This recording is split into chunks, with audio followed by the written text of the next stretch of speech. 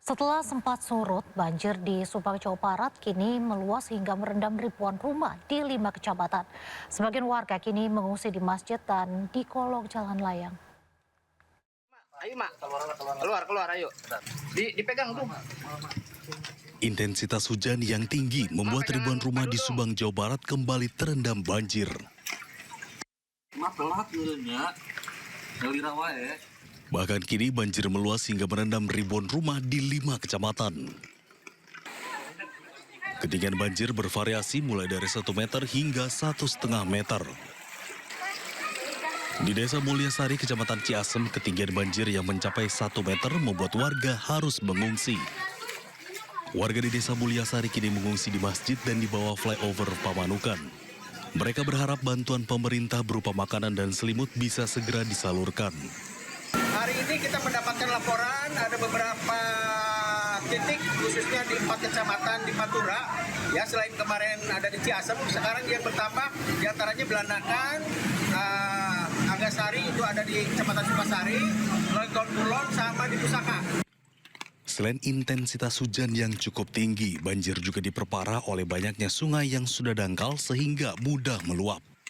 Dari Subang, Jawa Barat, Yudi Heriawan, Juanda, iNews melaporkan. Memasuki hari ke-9, banjir 2 meter masih melanda Desa Karangligar, Kecamatan Teluk Jambe Barat, Kabupaten Karawang, Jawa Barat. Debit air di Desa Karangligar, Teluk Jambe Barat, Karawang, Jawa Barat hingga saat ini masih tinggi dan belum menunjukkan tanda-tanda surut. Ketinggian air bahkan setinggi genting rumah warga. Selain ratusan rumah warga yang masih terendam banjir, sejumlah sekolah serta kantor desa masih lumpuh akibat banjir yang melanda. Warga pun tidak bisa beraktivitas. Petugas memperkirakan jika intensitas hujan menurun dan Sungai Citarum serta Sungai Cipeet tidak kembali meluap, maka banjir di sejumlah lokasi akan segera surut.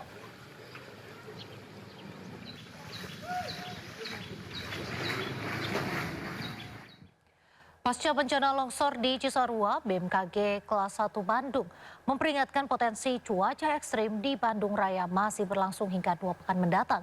Cuaca ekstrim ini disebabkan adanya siklon tropis Luana di wilayah Jawa Barat dan Bandung Raya. Juga belokan angin, juga ada seruakan dingin yang dari benua Asia mengakibatkan suhu dingin di wilayah Jawa Barat dan sekitarnya. Terus ada juga munculnya siklon Luana di Indonesia ini sehingga mendapatkan tinggi gelombang di perairan selatan Jawa Barat itu tinggi. Pemirsa, wacana pemilihan kepala daerah melalui DPRD terus memanas. Perubahan sistem ini dinilai menjadi sebuah kemunduran demokrasi di Indonesia. Isu ini harus menjadi perhatian semua pihak karena menyentuh inti demokrasi, yakni kedaulatan rakyat dalam menentukan pemimpin daerahnya. Wacana pilkada dipilih oleh DPRD atau secara tidak langsung banyak menuai sorotan tajam dari berbagai pihak. Wakil Ketua Umum Partai Perindo, Manik Margana Mahendra, menilai skema tersebut justru berpotensi memperbesar jarak antara rakyat dengan kepala daerah.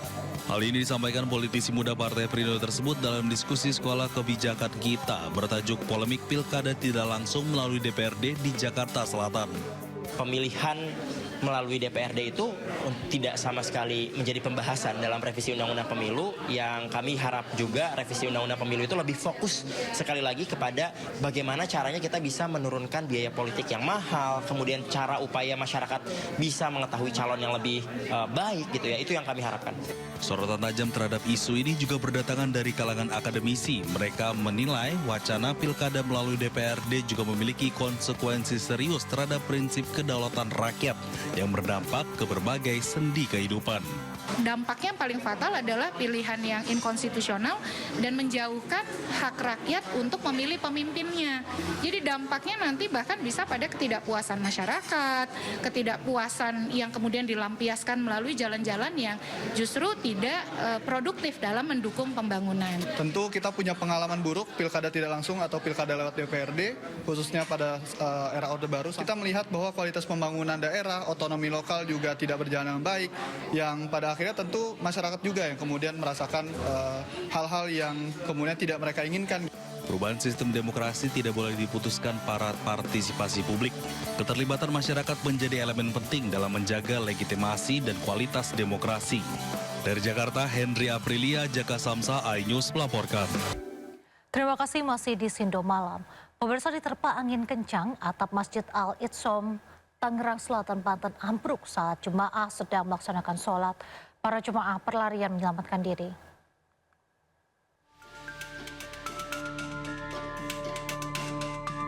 Inilah detik-detik saat atap plafon Masjid Al-Itsom Ciputat, Tangerang Selatan ambruk. Robohnya atap ini terjadi saat para jemaah sedang melaksanakan ibadah sholat subuh. Para jemaah pun langsung berlarian keluar masjid karena takut tertimpa. Diduga atap ambruk akibat diterpa angin kencang serta lapuknya bangunan. Masjid Pemkot ambruk itu pada saat subuh.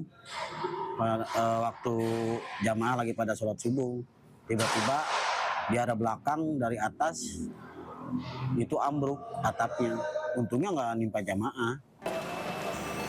Sementara itu pihak masjid terus memperbaiki atap yang ambruk agar peristiwa serupa tak terulang kembali.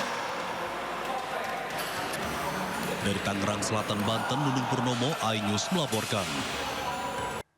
Pemirsa, hari keempat banjir di Kota Tangerang, ratusan rumah di Kelurahan Periuk, Kecamatan Periuk, Kota Tangerang masih terendam.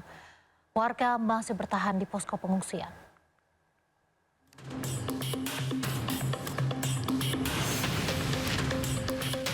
Di perumahan Periuk Damai dan perumahan Mutiara Pluit, banjir masih merendam kawasan permukiman dengan ketinggian hingga 2,5 meter. Hingga saat ini ada 4 titik wilayah yang masih terendam banjir.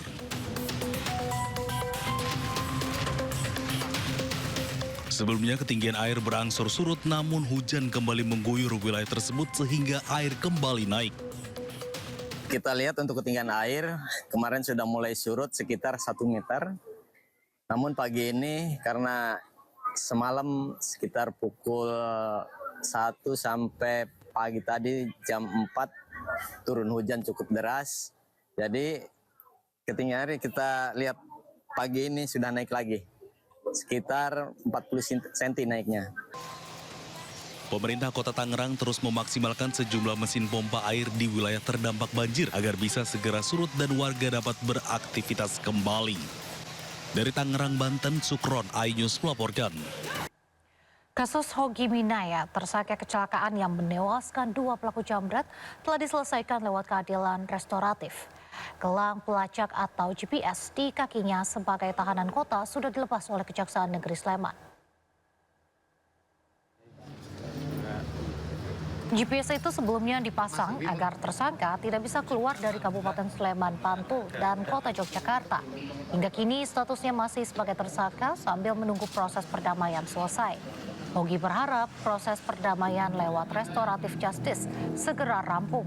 Seperti diketahui, Hogi Minaya dijadikan tersangka oleh Satlantas Polresta Sleman karena mengakibatkan 2 orang penjambret. Istrinya meninggal dunia. Ia dijadikan tahanan kota dan dipasangi GPS sebelum akhirnya perkara diselesaikan lewat restoratif justice di Kejaksaan Negeri Sleman. Ya. Puji Tuhan, alhamdulillah sudah mulai agak reda, Mas. Dan namanya restorasi justice seperti ini. Mungkin kedepannya lebih